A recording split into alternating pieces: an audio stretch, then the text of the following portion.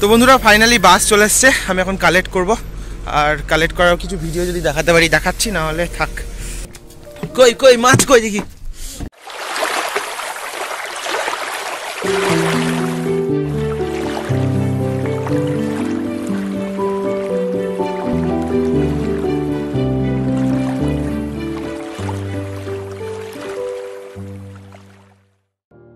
হে বন্ধুরা, welcome to another episode. আজকে আমি এখানে এসেছি কালেক্ট করতে ফ্লাওয়ার হর্ন। আর এই মুহূর্তে এখানকার টেম্পারেচার হচ্ছে 11 ডিগ্রি সেন্টিগ্রেড, মানে এক্সট্রিমলি বাজে কন্ডিশন। আর এখন বাজে রাত্রি 11:45। আমি রাস্তার মাঝে আছি এবং রাস্তা আশেপাশে একদম শুনশান হয়ে গেছে, আপনাদের দেখাচ্ছি। তো কিছুক্ষণ মধ্যে বাসে করে আসবে, এখানেই মানে স্টপেজে বাসটা দাঁড়াবে। আর এখান থেকে কালেক্ট করব আমি ফ্লাওয়ার হর্নটা কলকাতা থেকে আসছে, ওখানে বেরিয়েছিল 4:30 নাগাদ। এখন বাজছে 11:45 মতো, কি 11:30 মতো বাজছে, 11:30 কি 11:45। তো আমি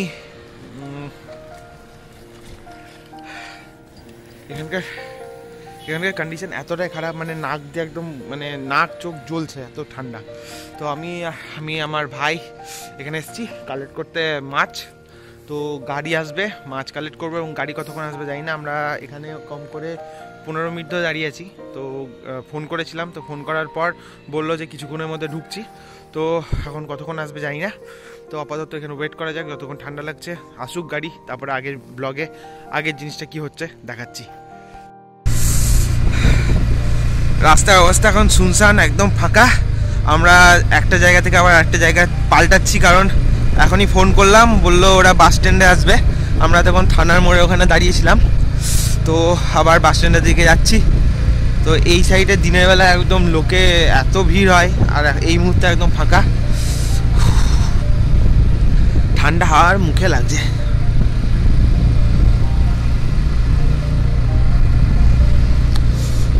এখন কিছু সবজি আর এই ভ্যান ট্যানগুলো এসছে, রাতে সবজি আনলোড করে। তো এরকম কিছু এই যে সামনে সবজির কিছু জিনিস, সবজির ভ্যান ট্যান এগুলো আছে। এই যে এই জায়গাটা সবসময় ভর্তি, এত রাতেও লোক আছে। দোকানপাট সব বন্ধ।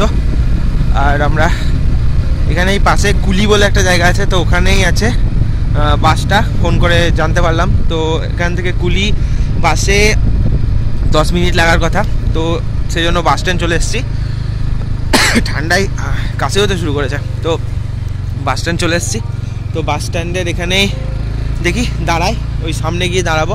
তাহলে একটু আগে নিয়ে যাও, ওই সামনে গিয়ে দাঁড়া। তো এখানে গিয়ে দাঁড়াবো, সামনে গিয়ে দাঁড়াবো, তাহলে সঙ্গে সঙ্গে পেয়ে যাবো এবং নিয়েই বাড়ি চলে যাবো। তো বাস স্ট্যান্ডে ঢুকলাম, এই হচ্ছে বাস স্ট্যান্ডের চত্বর। এখানেই আশা করছি বাসটা আসবে, কারণ কুলি এই সাইডে, তো বাস এইদিকে ডাইরেক্ট ঢুকবে। তো চলুন আগের আপডেট সামনে দিচ্ছি। 2 hours later. তো বন্ধুরা ফাইনালি বাস চলে এসছে, আমি এখন কালেক্ট করব। আর কালেক্ট করার কিছু ভিডিও যদি দেখাতে পারি দেখাচ্ছি, না হলে থাক। কই কই মাছ কই দেখি। কই গো? ও এই বালতিতে, আচ্ছা পেয়েছি। বাবা, তো এই হচ্ছে আমার মাছ, কেমন কন্ডিশনে আছে দেখি।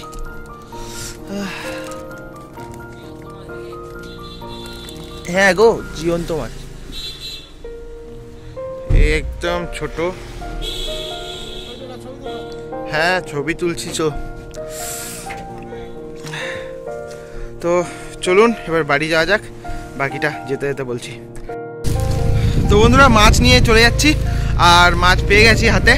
আর একটা জিনিস জানতে পারলাম, সেটা হচ্ছে যে আমাকে যে সেলার যার কাছ থেকে মাছটা কিনেছি, সে আমাকে শিপিং চার্জ বললো যে 300 টাকা। তো এখানে আমি কন্ট্রাক্টরকে জিজ্ঞেস করলাম, সরি অন্ধকার এখন, তো আমি কন্ট্রাক্টরকে জিজ্ঞেস করলাম। তো কন্ট্রাক্টর বলছে শিপিং চার্জ নিচে 150 টাকা, মানে আমাকে কতটা বাড়িয়ে বললো।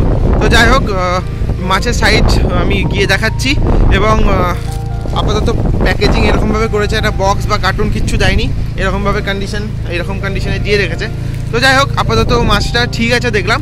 তো এবার অন্ধকারের জন্য সরি আগে থেকে বলে দিচ্ছি, কারণ রাস্তার আলোর উপর আমি ডিপেন্ড করে ভিডিও বানাচ্ছি।